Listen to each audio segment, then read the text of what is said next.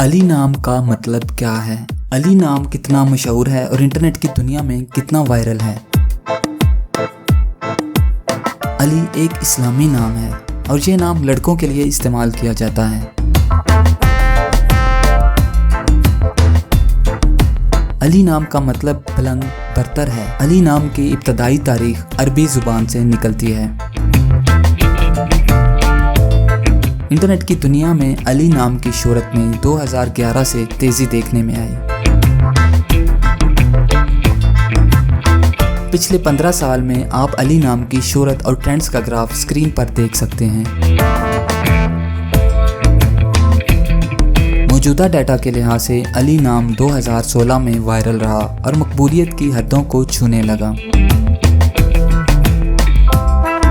अली नाम पाकिस्तान, यूएई और तुर्की में बहुत ज़्यादा पसंद किया जाता है और कसरत से इस्तेमाल में है।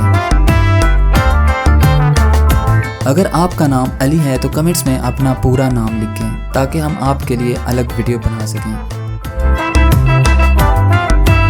ये वीडियो आप अली नाम के किसी दोस्त के साथ शेयर कर सकते हैं, यकीनन वो इसे बहुत पसंद करेंगे। इस चैनल पर आप मज़ीद हज़ारों इस्लामी नामों के मानी, ट्रेंड्स और शोहरत का डाटा देख सकते हैं।